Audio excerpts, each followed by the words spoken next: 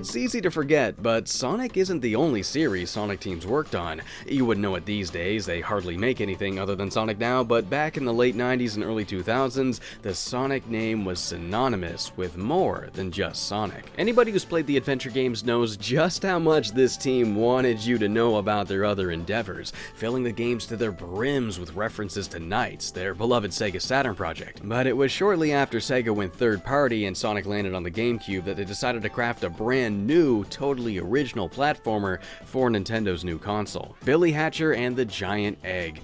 Man, I don't know what's with Sonic Team and eggs. You've got Eggman, the Egg Carrier, Final Egg, your chows even hatch from eggs, and here they've made an entire game all about eggs. Billy Hatcher wasn't exactly a household name in the same way that Sonic was, but I feel like everybody within that general gaming hemisphere has stumbled across this game at least once or twice. For me, it was when I was a little kid and I watched my cousin play it, and ever since then I always really wanted to play it, but for whatever reason, I just never did. For a lot of kids, Billy Hatcher was that other game the new Sonic team was behind, the one that wasn't Knights, and like those kids, I was pretty big into the adventure games back then, and anything associated with it was something I was usually at least aware of. The box art even gave off a really similar vibe, having Sonic Adventure's art director, Yuji Uekawa, return to design the characters and do the game's artwork. They even made sure to put a sticker here saying upright that this is from the creators of Sonic. Man, they really wanted people to know who's behind this thing, huh? But despite all that, it only performed modestly. It didn't sell super poorly, but not super great either. I don't really know many people even played this thing, so I'm actually pretty interested in seeing what it even is. Oh, I always appreciate a title screen that's got a lot going on. Here we've got a good environment shot, the windmills turning, the sun shining, you've got that waterfall going, and there's a little chick dude jumping around in the middle. The composition here is pretty solid. I like it. If you let the title screen idle for a bit, you'll get this little CG movie that shows off the characters, the world, and the type of action you can expect from the game, all the while they spell out the game's subtitle and song. Okay, hold up. I can't be the only one who's hearing them spell Gant Egg and not Giant Egg. Or maybe it's Gint Egg? I don't know. Either way, I'm definitely only hearing 4 of those 5 letters here. I'm assuming they're kind of sloshing the I and the A together quickly to fill one note, but it really just sounds like they're spelling the word wrong. The song's really kiddie, but it's still fun and full of energy. I can't really listen to it for a long time though, or it starts to get on my nerves.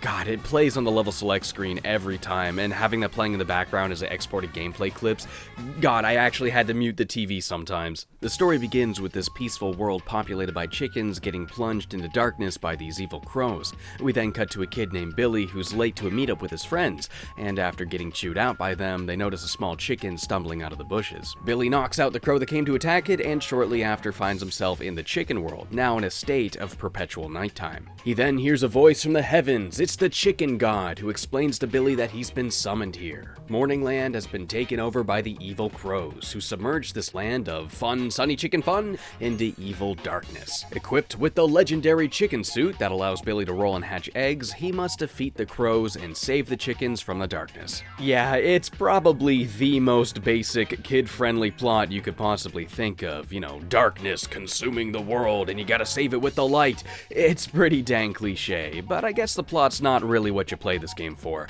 Unlike their previous game at this point in time, which was quite heavy with plot and cutscenes, Billy Hatcher keeps the storytelling to a minimum to focus on the platforming gameplay. You can talk to these little chick dudes to hear about whatever bad thing the bad guy did and what you gotta do about it, but it doesn't really get much more elaborate than that. I do really love the idea of there being a chicken god though, like this invisible entity calling to you from the sky and saying they're the god of chickens. That's something you're only gonna get from Billy Hatcher. I like these guys a lot too. They kind of remind me of the chicks from Flicky, which since that's another Sega game, it wouldn't surprise me if that was deliberate. So your first mission has you tracking down a golden egg and hatching it, and in order to do this, you must navigate your way through a fairly linear level, rolling around eggs along the way. And that is precisely the core mechanic here, rolling around eggs. Billy can walk around by himself, but he can't really do much by himself. He can jump, and that's about it, but once you get your hands on one of these eggs, your moveset will suddenly expand, giving you many more options. First off, you can do this pound move, bouncing you off the ground to get more height. You can use this to get up to higher ledges, or you can use it as a ground pound to hit switches and bust through breakable footing. You also got this dash move you can do with the R button, which is great for just generally getting around, but you can also use it for jumping further and for dodging attacks. You can also use these eggs to combat enemies. Simply rolling them over Katamari style will do, but you can also kick the egg at them with the B button. Now, the amount of damage you'll do to an enemy depends on the size of the egg. As you roll the thing around, you can pick up these fruits to increase the egg size, and once it's fully grown, you can then hatch it with the R button. There's a number of different things that can be in these eggs, depending on what kind of egg it is. They can range from simple items like 1-ups or butterflies that'll recover health, to things that'll give you new abilities entirely. Firstly, we've got gear items, hats, boots, that sort of thing. Each one will temporarily grant you an additional move. This circus hat, for example, it lets you balance on top of the egg so you can ride them through water and stuff, or these wings that'll grant you a double jump, letting you get to higher platforms. Some of these are more like simple power-ups, like shoes that'll make you go faster, or a hat that'll gradually restore your health. These ones I found to be a lot more common than the ones that grant you extra moves. These are all pretty cool, but I never really found the power-up ones particularly helpful enough to really make that much of a difference, and the ones that give you more abilities, I can't even really count very many times the game really utilized them. I feel like the game barely uses these. It would have been nice to see the game get a little more mileage out of them. And I'm all for not dwelling on the ideas you have. I do think it's good to do something cool, not linger on it and then move on to the next idea so things are constantly fresh. That mindset has worked wonders for the Mario series, but I feel like they barely do anything with these. I would have liked to see them a little bit more. The other main thing you'll be hatching out of these eggs are these adorable little animal buddies. They'll follow you around and you can command them to attack with the X button. These all pretty much do the same thing. Some have different elements or attacks, but all of them will clear out whatever enemies are in front of you. That much goes unchanged. Sometimes you will have to use one's elemental ability though, so you'll have to track down a certain one to progress, like using the penguin's water move to douse some flames, or the monkey's lightning move to charge up these generators. This little penguin guy is definitely my favorite one. I like his little scarf. I also love how you can squish them if you roll your egg over them. It's adorable. Now, hatching the egg you currently have has a pretty interesting trade-off. You might want the item or animal that's inside, but at the same time, a fully grown egg knocks out most enemies in just one hit, so you might find yourself in situations where you won't want to hatch the egg, favoring the attack power instead. You'll find all sorts of eggs laying around, so you'll never be without one. Actually, a lot of fun of this game comes from hatching these just to see what's inside. There's a lot of them. Actually, when I finished this game for the first time, I checked the catalog and there were so many I never even saw. Some of these animal buddies you can even ride, but I only ever ended up finding one of them in the single player. This little shark guy that I rode around the water. It was a lot of fun. Wish I found more of them, but they seem to be pretty tucked away for the most part. Each level follows a Mario-styled mission-based structure. The first mission is always going to be finding and hatching the golden egg. Once you do that, light will return to the area and you can tackle the other missions. These will usually involve simply getting to the end of the level, sometimes with a friend to save at the end, or maybe a boss fight. Or you might find yourself doing something specific within the level, like rescuing 8 chickens, defeating a certain amount of enemies, or collecting enough blue coins within a time limit. You're able to unlock 3 additional missions per level by rescuing each of Billy's 3 friends. Once you unlock Rolly, you'll get Rolly's mission in each level, and so on for the other 2. It's pretty cool being able to tackle certain missions as different characters, gives you a little bit of visual variety. They do all play identically though, which is a little surprising after their previous platformer was chock full of different characters with different movesets, but I guess focusing on a single type of gameplay instead of many can be a good decision. These frickin' blue coin missions really drove me up the wall sometimes though. The time limit can be really unforgiving in some of these. There's not really enough time to look around and figure out where these things even are. You already have to know a route, so you're really unlikely to finish these on your first couple of goes. You'll have to get in a good number of practice runs first, and it can be really annoying doing these over and over until you finally get it. Oh, but buddy, let me tell you, that didn't even come close to how pissed off I was getting at some of these levels. Oh my god, sometimes out of nowhere there'll be a chunk of the level that just doesn't really work, and you'll die and die and die. This stupid frickin' railing, for example, you have to separate yourself from the egg and catch it on the other side, which is a cool idea, but getting this egg on that railing is so inconsistent. It's really easy to fall off the edge doing it, so you have to be as careful as possible, but even then, sometimes the egg just falls right through it. And since it's the golden egg, breaking it means losing a life, and losing too many lives gets you a game over, and getting a game over means you're doing the whole level over. I've had to restart entire levels over so many times because I would lose all my lives on a single, randomly poorly designed chunk of the stage that I would just get stuck on. Funny enough, you can just skip this part pretty easily by jumping on the railing with Billy and rolling around this way, and I'm sure a handful of people have probably already run down to the comments to tell me before finishing the video, but listen, when you have a level that looks like this, rail on the right, door in the middle, there's a clear and deliberate solution here, and when that intended solution does not function, people are going to waste a lot of their time doing something that does not work, and I'm sorry, but that is objectively bad level design, and a lot of times you don't even have other options.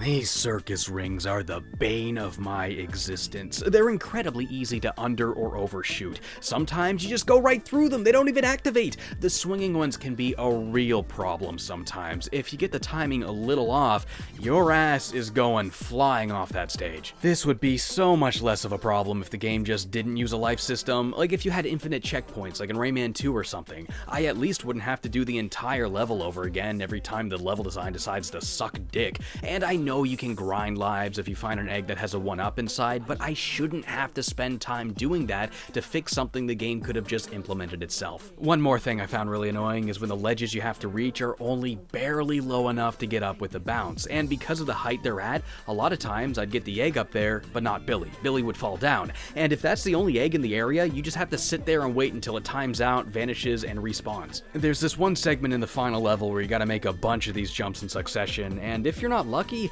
this is gonna happen to you a lot in this room. This game really fumbles this level design sometimes, and the difficulty will spike at total random because of it, and that's a shame because beneath the occasionally busted ass level design, there is a really unique and incredibly fun game here.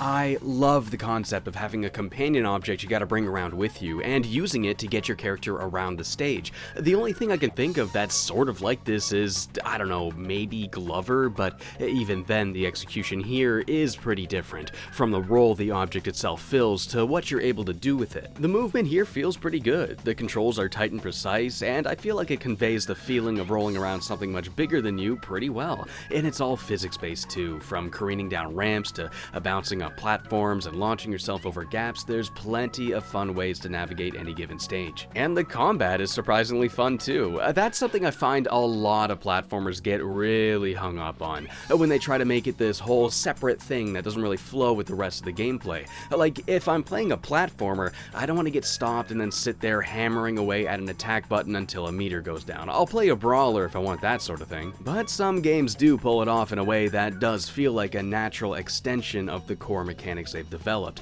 Rayman is one of my favorite examples of this. Those acrobatics lend themselves just as naturally to projectile-based combat as they do the platforming. Billy Hatcher is another great example of how you can handle combat in platformers. You'll be taking out those monsters the same way you advance through the course, by rolling around that big ol' egg and having moves that are focused around that core concept, instead of like stopping you, removing you from the egg, and making you do like B-button punching combos, right? And there's some nice little things they do here to keep it engaging. Sometimes it's as simple as making these guys jumping, because they'll be able to jump over your egg and you have to time their rolling to be where they are when they land. And even then you can further mitigate that by growing the egg to a size where you can hit them even when they're airborne. The larger enemies are fun to fight too, since they usually take multiple hits. You'll have to know when to rush in, land a hit, and then duck out to dodge the attack. The only enemies I didn't really like were these giant bees. They can crack your egg really easily, which is annoying, and to attack them you either have to wait for them to land, or you have to clunkily throw your egg at them, which can be a little irritating to aim well. The boss fights are pretty decent though. Each one feels really unique, and they're decently fun to fight. The only one I really didn't like was the final boss, which,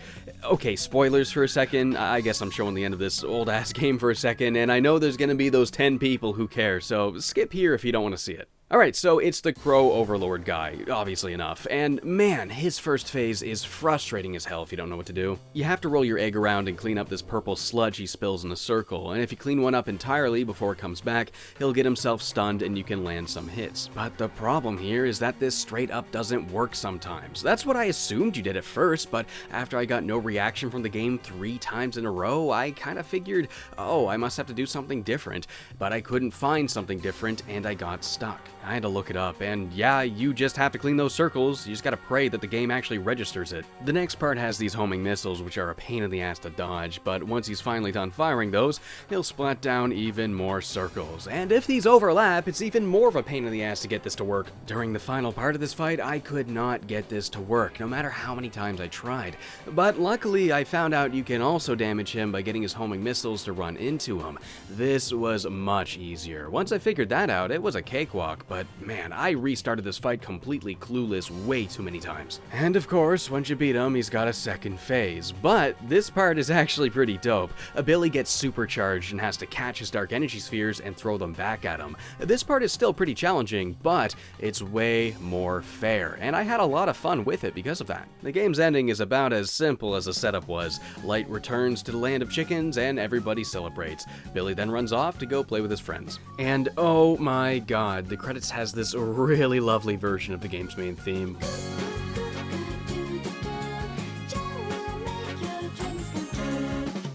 Wow, I found this song annoying as hell earlier, yet here they are with this absolutely delightful version of it.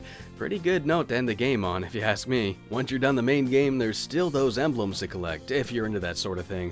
I actually really like the designs of these things. It's just like an abstract shape, you know, meant to just be a collectible, but if you look at it closely, you'll notice the chicken's beak and comb worked into it. Good call, too. They could have just made it a picture of Billy like they did with Sonic twice already when this game came out, but since he's not exactly a recognizable character yet, making something like this was a good idea, I'd say. Oh, freaking speaking of Billy and designs, I don't know how I went this far into this video without bringing this up yet, but I love the character design in this game. Billy's little chunk of hair coming out of his hat to look like a beak, it really completes the look in a pretty clever way. Now, as for collecting those emblems, you get one for completing each mission, and as far as I know, you don't really get anything for collecting them all. It's just there to mark your completion, I guess. You do, however, unlock stuff for collecting these chick coins. There's 5 of these tucked away in every mission, and as you collect them, you'll unlock more and more eggs you can hatch. So you might have noticed these eggs with the Sonic Team logo on it kicking around every now and then. These are animal buddies based on other Sega characters. You've got Chow's, Capu Capu from Choo Choo Rocket, Samba de Amigo, this thing, I don't know, I think it's from Phantasy Star. I have no idea. I've never played any of those. Google tells me it's from Phantasy Star. It's gotta be from Phantasy Star. And of course, what would a Sonic Team game be without a reference to knights, right? And of course, finally, we've got Sonic and his friends. You can even use these in the multiplayer too. That's cool. Oh, speaking of, I guess I may as well check that out. There's 3 game modes. There's Time, Survival, and Hatching. Time pits every player against each other, racing against the clock to rack up the most knockouts. You'll just be rolling your egg into your opponents until they're out of health. There's not much more to it than that. Survival is pretty much the same way, but instead of a time limit, each player has a finite number of lives, and of course, the last player remaining wins. It's a little lopsided, these 2 modes, especially with only 2 players. If you get a maximum sized egg before your friend, you can just destroy every egg before they can get their hands on it, and then they can't even do anything except get hit. The hatching mode's probably the most interesting one to me. Instead of fighting each other, you'll race to see who can hatch the most animal buddies. This was the one I found to be the most fun. The other 2 can get a little bit frustrating depending on the odds. Alright, so there's one last thing you can unlock in this game, and it's super freaking cool. Hidden within a handful of the game's levels are secret Game Boy Advance games that you can actually download to your Game Boy Advance using the GameCube link cable. When I first picked up this game, I saw that logo on the back of the box, and I knew immediately there was going to be something interesting to talk about here. So there's 5 of these games total, and you can find them in special eggs that are hidden in certain missions. Once you've unlocked them, you can select the game you want, plug in your Game Boy Advance of choice, and you can download a Sega-themed minigame. And there's a surprising amount of game to these too. The Choo Choo Rocket game has tons of levels to play, and the Knights game is surprisingly faithful. It controls kinda clunkily with just a D-pad. I mean, this is a game where they made an entirely new controller for it on Saturn just to get analog control, but this works okay too. We've got Puyo, and well, it certainly is Puyo. It's just an endless mode, which, you know, is all you really need if you like playing puzzle games just to kill time. I actually do play a lot of endless Dr. Mario when waiting for the bus, so bringing this around, I imagine some people might have actually done. And yeah, you can actually disconnect the Game Boy Advance from the GameCube and still have the game running. It downloads it onto the Game Boy itself rather than streaming it from the GameCube, so it'll be there until you turn it off. Sega always included a sleep mode for these games because of that. I remember the Tiny Chow Garden had that too. Man, it's hard to believe that there was a time where portable consoles just didn't have that and you had to program it in on a software level. Anyway, the last two are just these generic scrolling mini-games where you play as Billy. You'll launch the egg at enemies to collect fruit, and once you have enough, the egg hatches and you'll advance to the next level. One of these is an easy version and the other one's the normal mode, but I didn't really find either particularly interesting. They're sort of repetitive and dull. This whole thing is pretty freaking cool though. Like, I have to admit, the very idea of these developers putting this much work and effort into something that only a very small amount of people would even play or use or even know about is amazing to me. Fun fact, Phantasy Star on GameCube also had some of these Game Boy Advance games you could download as well.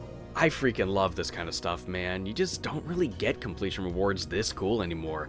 I guess the minigames themselves aren't really all that much to write home about, but just being able to connect your Nintendo devices together and do really cool stuff with it is a fun process in itself. Billy Hatcher is a really cool game. It is charming as hell, and the movement and gameplay are really fun.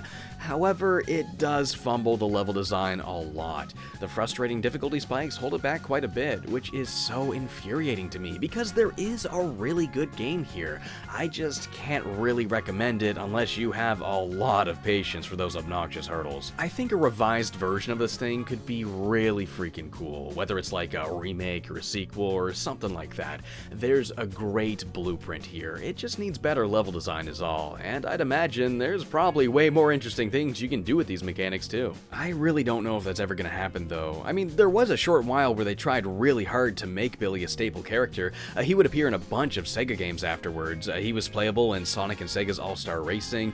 He was in that frickin' Sega iToy game. Who remembers this thing? They had this whole mini game where you'd wave your hands in front of the camera to push around this big egg.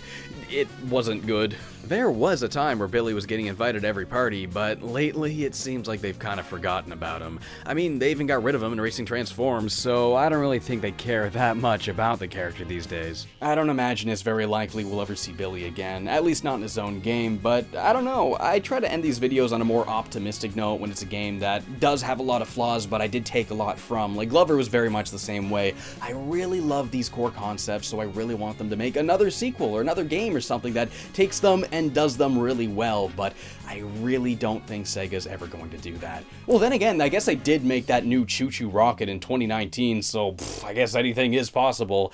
Come on, Sega, y'all gotta get crackin', 'cause it's an egg. Bye. Hey, hello, welcome to the end of the video. Thank you so much for watching the whole thing, because evidently if you are here, that is what you did, unless you skipped here. In that case, this thank you does not apply to you. What am I getting across here? I've got a Patreon, so if you do want to support the channel, you can go there and get our $1 podcast. Billy Hatcher in the giant butt!